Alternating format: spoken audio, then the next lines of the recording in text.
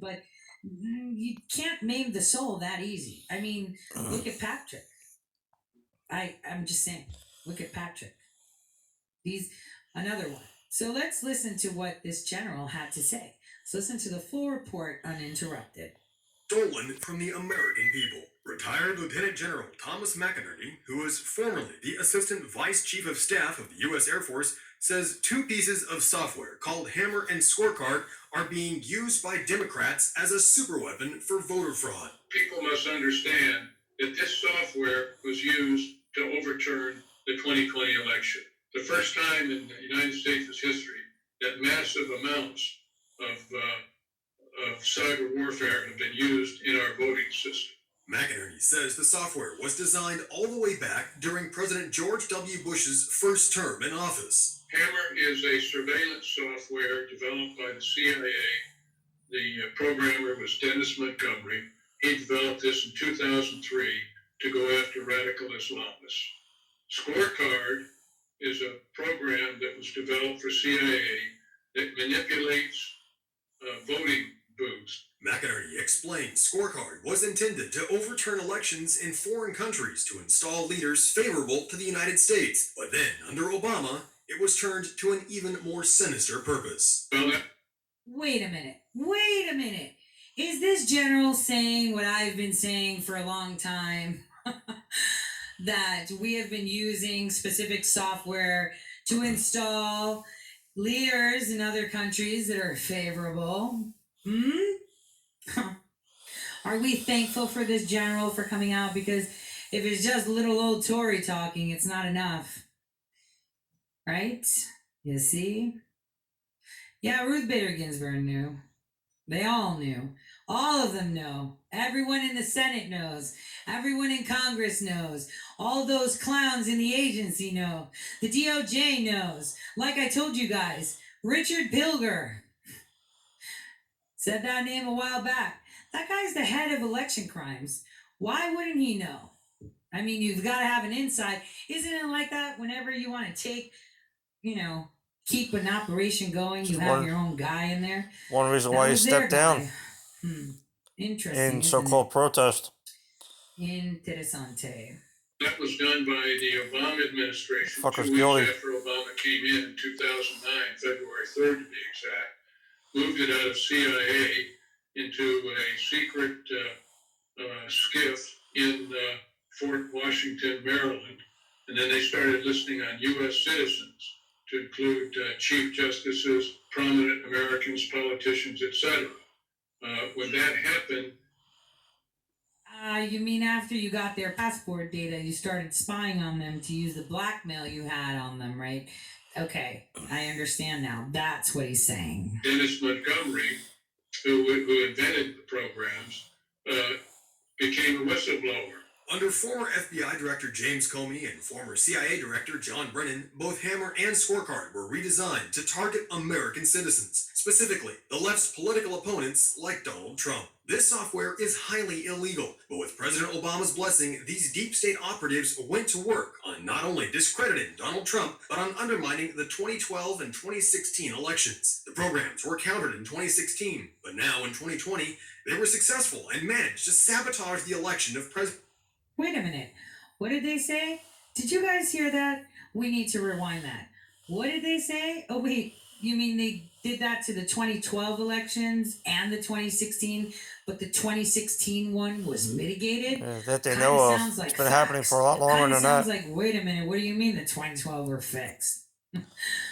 Dang. Only discrediting Donald Trump, but on undermining the 2012 and 2016 elections. The programs were countered in 2016, but now in 2020, they were successful and managed to sabotage the election of President Trump by instead reallocating his votes to Joe Biden. McInerney says it was primarily used in the battleground states and is evident in the massive vote dumps for Biden in the early hours of November 4th, the morning after Election Day. We should be demanding from the president to expose these numbers publicly.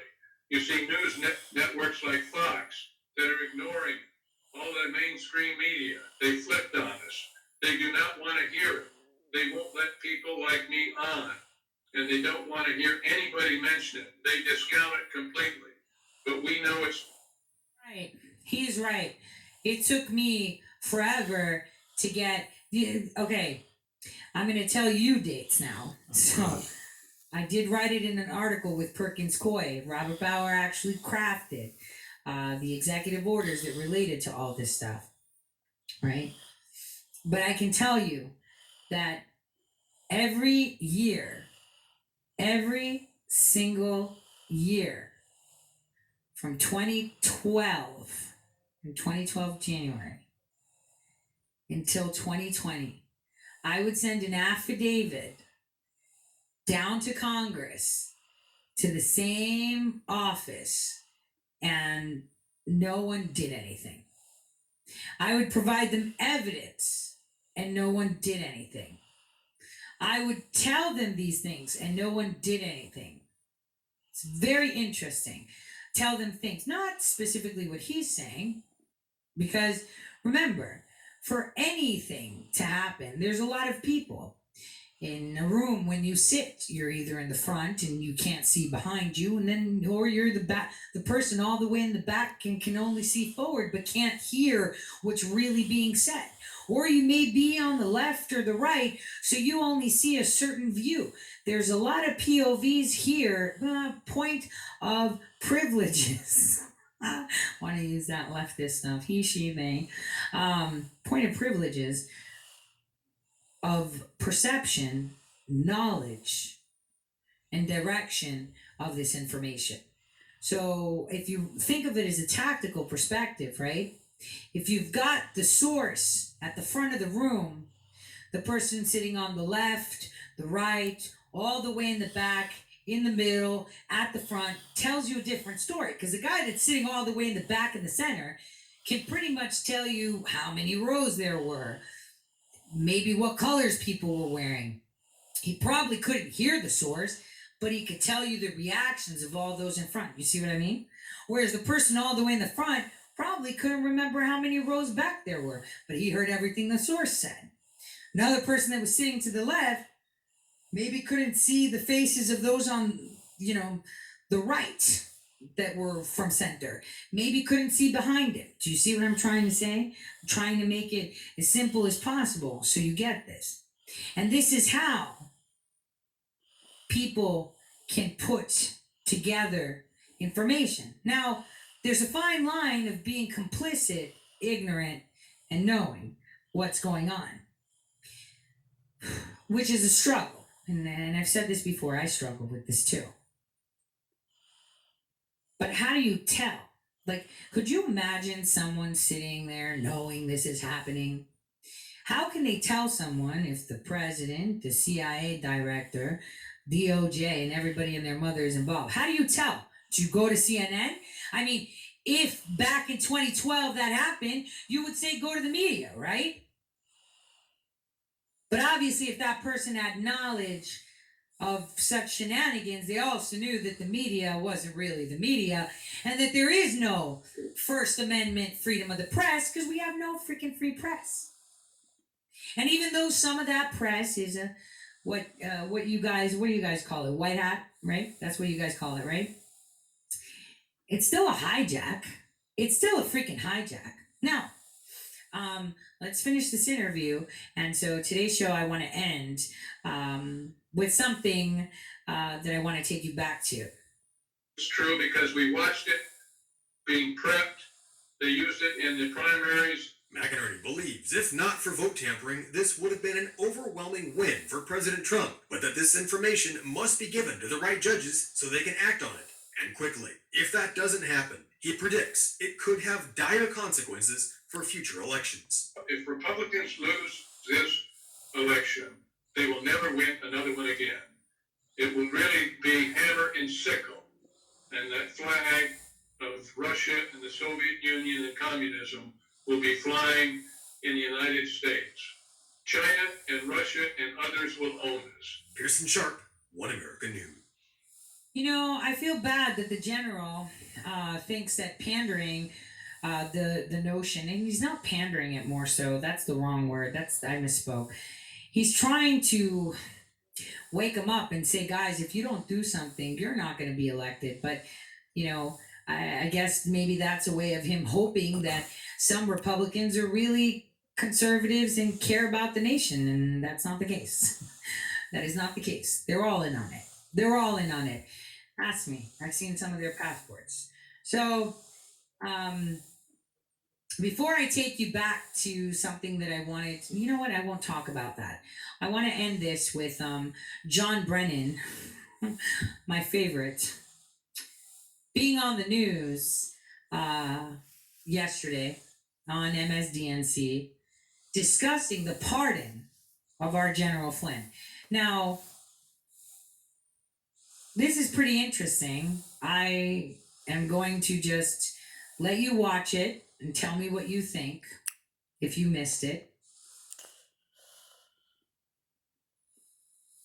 So, and then we'll kind of like let it percolate and discuss it together. Here we go. Intelligence agency in the Obama administration, and he joins me now. What's your reaction to this? Well, the saga of Mike Flynn is an unfortunate, sad tale of two men. One was a military officer who honorably served for over 30 years, including in Iraq and Afghanistan, and rose to the rank of 3-star general. The other is a civilian, Mike Flynn, who unfortunately I think fell under the sway of some unfortunate influences and decided to opt for cutting corners and forgetting the obligations that he had when he was a military officer in terms of honesty and integrity, making sure that he lives up to those principles and values that really are supposed to be part of the DNA of any military officer. And unfortunately, the pardon now that's been granted to Mike Flynn, given that the criminal violations that he was convicted of really are intertwined with Donald Trump's behavior and his activities, I think it really does suggest very strongly that there was corrupt intent there on the part of Donald Trump. And I think it's going to further blemish, I think, both of their reputations in the future. You know, it's interesting. I mean, what Michael Flynn pleaded to was lying to the FBI, but that was, as often happens in pleas, right? Prosecutors have things they could charge you with, they choose not to. You plead to something relatively minor in the face of that as part of the bargaining for your cooperation. The thing that they pretty clearly could have charged him with and didn't was being an unregistered foreign agent of the government of Turkey to the tune of $600,000 while working on a campaign in transition and not disclosing that, while publicly advocating and privately, it appears, advocating for top foreign policy prerogatives of the Erdogan government. That part of the story is a really remarkable breach, and it's not even touched by the law here. Yeah, it's beyond credulity to think that Mike Flynn didn't understand that what he was doing was wrong, whether it was being an unregistered foreign agent or whether it was talking to the Russians and undermining, I think, the transition principles that really are in place when goes from one administration to the other. And so, the honorable thing for Mike to do, and I served as director of CIA when Mike was the director of DIA, and so I worked alongside him. The honorable thing would have been for him to confess to his guilt and to take his punishment.